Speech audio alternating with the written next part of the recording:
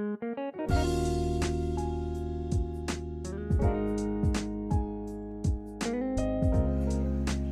morning, all of you.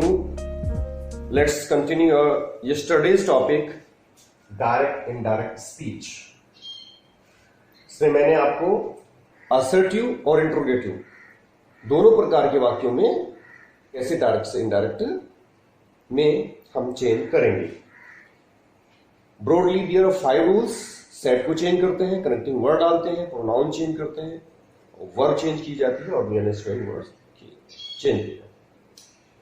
I hope you have done your homework based on assertive and interrogative sentences.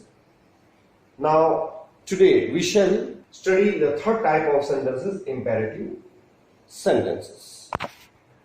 So, look here, the first sentence, she said to him, please give me your book for a day. ये सभी imperative है क्योंकि ये please से शुरू है, ये verb से शुरू है, ये फिर verb से शुरू है, प्लीज वाला सेंटेंस है और लेट्स वाले जो सेंटेंसेस होते हैं सभी इंपेरेटिव सेंटेंसेस होते हैं. तो इनमें हम डायरेक्ट से इनडायरेक्ट में कैसे चेंज करेंगे. स्टूडेंट्स, अगर सेंटेंस प्लीज या काइंडली से शुरू है तो सेड टू की जगह पर रिक्वेस्टेड वर्ड लगाया जाएगा. कनेक्टिंग वर्ड के रूप में यहां पे न दैट है न इफ है. याद रखिएगा, इंपेरेटिव सेंटेंसेस को कनेक्ट किया जाता है टू से, और टू लगने के बाद अब इसमें से प्लीज या काइंडली वर्ड हट जाएंगे. और वर्ब का रूल मैंने आपको फर्स्ट से सेकंड करना बताया था, बट यहां पे हम वर्ब का रूल नहीं अप्लाई करेंगे क्योंकि टू के साथ कभी भी सेकंड या थर्ड फॉर्म नहीं आती है, तो हमें वर्ब की फर्स्ट फॉर्म जो की तो लिखनी है. हाँ, अगर सेंटेंस में आगे कहीं पर एक और वर्ब आ जाती है तो वो रूल जो वर्ब का है वो अप्लाई किया जाए. तो इसमें क्यू लगाने के बाद मी फर्स्ट पर्सन प्रोनाउन है, तो शी के अकॉर्डिंग ये यहां पर क्या हो जाना चाहिए, हर, क्योंकि मी ऑब्जेक्ट है और शी का ऑब्जेक्ट हर होता है. Then come to your. Your is second person pronoun, तो उसके स्थान पर हिम लिखा जाएगा. क्योंकि योवर पजेसिव है तो हिम का पजेसिव हिज होता है. His book for a day.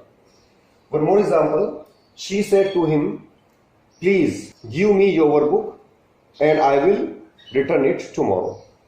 तो and I will return it भी उसी तरह से आई को फिर शी के अकॉर्डिंग शी कर देंगे आप, और उस विल को आप वुड करेंगे, क्योंकि वर्ब वाला रूल सिर्फ टू के साथ होने की वजह से यहां पे चेंज नहीं हुआ, लेकिन आगे कहीं वर्ब आती है तो विल का वुड, शेल का शुड, जो भी रूल आपको फर्स्ट से सेकंड करने वाला बताया है मैंने वो लगाएंगे. Now second example, the teacher said to the students, be quiet and listen to me. शांत हो जाओ और मेरी बात सुनो. सेंटेंस का सेंस है कि टीचर इसमें स्टूडेंट से कह रहा है, प्लीज इसमें नहीं लगा है, तो ये ऑर्डर है. टीचर स्टूडेंट्स को ऑर्डर कर रहे हैं, तो यहाँ पे सेड टू की जगह पे ऑर्डर लगाया जाएगा. तो टीचर ऑर्डर द स्टूडेंट्स, और टू से ही जोड़ेगा. टू से जोड़ने के बाद बी को हम चेंज नहीं करेंगे, बी जो की तो लिखा जाएगा, और quiet and listen to him. ये बी क्वाइट और लिसन ये दोनों इंपेरेटिव ही मोड में है, दोनों इंपेरेटिव सेंस लिए हुए हैं, इसलिए इस लिसन की सेकंड फॉर्म लिसन नहीं की जाएगी. हाँ, अगर सब्जेक्ट यहां पर कोई आ जाता है उसके बाद वर्ब, जैसे ऊपर एग्जांपल में मैंने आपको आई विल बताया था, तो उस वर्ब को चेंज किया जाए. तो दोनों वर्ब्स ये इंपेरेटिव भी के लिए यूज होंगे. Now third example, the doctor said to me, doctor ने मुझसे कहा, ईट फ्रूट्स रेगुलरली, फ्रूट्स नियमित रूप से खाते रहना. इस सेंटेंस में ना तो रिक्वेस्ट की गई है और ना इसमें ऑर्डर, इसमें क्या है, एडवाइस है, सलाह दी जा रही है. तो the doctor advised me to eat fruits regularly. इसमें हमने दो चीज चेंज की है, एडवाइज्ड और कनेक्टिंग वर्ड के रूप में, टू और कुछ भी चेंज नहीं हुआ है. देन इन तीनों एग्जांपल्स में आपने ये देखा कि सेड टू को हम रिक्वेस्टेड में बदल रहे हैं या ऑर्डर्ड में या फिर एडवाइज्ड में. ये इंपरेटिव में डायरेक्ट से इनडायरेक्ट बनाने के लिए वर्ड्स हैं जो हम सेड टू के साथ यूज करते हैं. कनेक्टिंग वर्ड टू, इसमें एक वर्ड और आ सकता है, डोंट. प्लीज वाला भी हो सकता है, वह ऑर्डर वाला भी हो सकता है और एडवाइस वाला भी हो सकता है. तो मैं अभी आपको यहां पे अगर चेंज करके she said to him please, इसको अगर मैं चेंज कर देता हूं या डोंट लिखा जाए, प्लीज डोंट, आगे डिस्टर्ब मी अगर लिख दिया उसने, तो अब इसमें क्या चेंज आएगा, शी रिक्वेस्टेड मी को, सॉरी हिम को लिखने के बाद टू से ही जोड़ा है हमने, और उसके बाद प्लीज तो खत्म हो ही जाता है।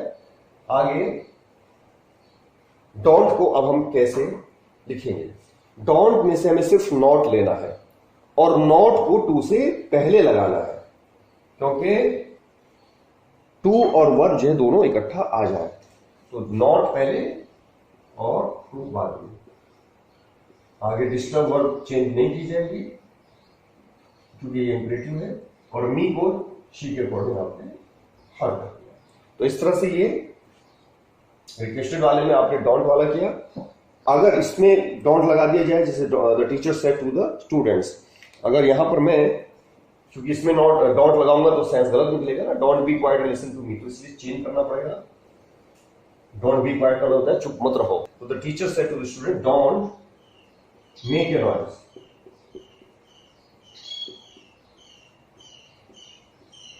आगे कुछ और भी कह सकते हैं, in the class. Okay students, said to की जगह पे ऑर्डर ही लगाया गया है, और आगे डोंट का हमें नॉट टू करना है।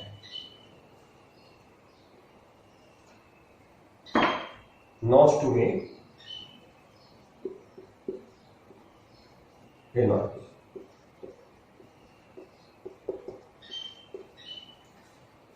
इन थर्ड एग्जाम्पल आल्सो, अगर the doctor said to me के बाद में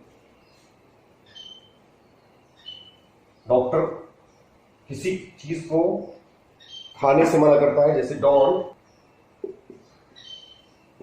ईट फ्राइड थिंग्स, तली हुई चीजें मत खाना। तो यहां पर हमें सेड की जगह पे एडवाइज्ड ही लगाना है, ऑब्जेक्ट लगाने के बाद में डोंट की वजह से नॉट पहले और टू बाद में यूज किया जाएगा। Not to eat fried things. तो इस तरह से ये तीन एग्जांपल्स रिक्वेस्टेड, एडवाइज्ड और ऑर्डर वाले मैंने बताया। इसके अलावा लेट का यूज भी इंपेरेटिव में होता है। लेट के बाद अगर अस नहीं है, जैसे इसमें अस है, लेट के बाद कोई और ऑब्जेक्ट जैसे मी, हिम, हर, देम, ये किसी का नाम है, तो जो रूल आपको मैंने पहले तीनों सेंटेंसेस में बताया वही रूल यहां पर लगेगा। जैसे प्लीज आ जाने से रिक्वेस्टेड ही लगाएंगे आप। The servant requested his master, please let me go home today, तो प्लीज तो खत्म हो जाएगा, और जोड़ने के लिए टू का यूज किया है। लेट वर्ब है तो उसको एज ए वर्ब हम एज इट इज जुगा तो लिखेंगे। मी को आपने सर्वेंट के अकॉर्डिंग हिम कर दिया, गो होम टुडे का दैट डे। तो देखा, लेट वाले सेंटेंसेस भी इसी तरह से बनेंगे। अगर इसमें सर्वेंट ना कहकर मास्टर सर्वेंट से बात करता और उसको कोई ऑर्डर देता, तो यहां पे हम ऑर्डर लगा देते और टू से ही जोड़ देते, भले उसके अंदर लेट भी होता। या एडवाइस वाली कोई बात होती तो सेट की जगह पे एडवाइस्ड और टू से जोड़ करके लेट को हम जो कहते लिखते। फर्क तब पड़ता है जब लेट के बाद अस आ जाता है। लेटस का जो सेंस होता है वो प्रपोजल वाला होता है। She said to her friends, उसने अपने मित्रों से कहा लेट्स स्टॉप नाउ, आओ अब रोक देते हैं, इनकम्प्लीटली लेटर ऑन, उसको बाद में पूरा कर लेते हैं। तो उसने ये प्रपोजल रखा है अपने फ्रेंड्स के सामने। तो लेटस वाले में आपको 4 वर्ड का एक रूल याद रखना है। proposed that they should, subject के बाद आपने सेड टू की जगह प्रपोज लगा दिया। अगर ऑब्जेक्ट है तो ऑब्जेक्ट में टू भी लगेगा, टू हर फ्रेंड्स या टू मी या टू जो भी ऑब्जेक्ट होगा। नहीं है तो फिर टू नहीं लगेगा, फिर सीधा प्रपोज के बाद दैट दे शुड लगाएंगे आप। और ऑब्जेक्ट लिखने के बाद भी अब हमें लेट्स के स्थान पर दैट दे शुड ये लगाना है, और आगे वर्ब स्टॉप जो तो लिखी गई है, नाउ का then and completed later on, आगे कोई चेंज नहीं हुआ है इसमें। तो लेटर्स वाले में बहुत ध्यान रखेंगे। Propose that they should, object है तो प्रपोज टू, ऑब्जेक्ट लगाने के बाद दैट दे शुड। ये सजेस्टेड से भी बन सकता है, लेकिन ये 4 वर्ड का रूल आप याद कर लीजिए। तो ये इस तरह से आप इंपेरेटिव सेंटेंसेस को डायरेक्ट से इनडायरेक्ट में आपने चेंज करना सीखा। आपको होमवर्क दूंगा, and with the hope that you will do your homework and send the pics of your notebooks at my individual number. That's all for today. See you tomorrow.